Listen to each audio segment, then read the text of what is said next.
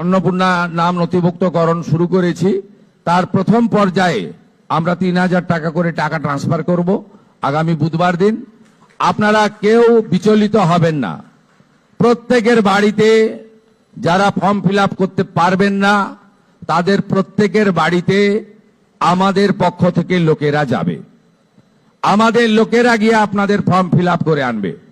এতটুকু বিচলিত হবেন না, বিভ্রান্ত হবেন না, গুজবে কান দেবেন না। কারণ আমরা চাই প্রকৃত প্রাপকদের হাতে এই অর্থ পৌঁছাক। আমরা চাই না কোনো অভারতীয়র অ্যাকাউন্টে এই টাকা যাক। আমরা চাই না যে পুরুষদের অ্যাকাউন্টে মহিলাদের এই কর্মসূচির টাকা যাক। ইতিমধ্যে রাজ্যের বহু জায়গা থেকে অবৈধভাবে পুরুষরা যারা লক্ষ্মীর ভান্ডার পাচ্ছিলেন গ্রেপ্তার হয়েছেন। আপনাদের সরকারের অর্থ, এই সরকার স্বচ্ছতার সঙ্গে কাজ করবে, এই সরকার ফাইন্যান্সিয়াল ডিসিপ্লিন মেনে কাজ করবে।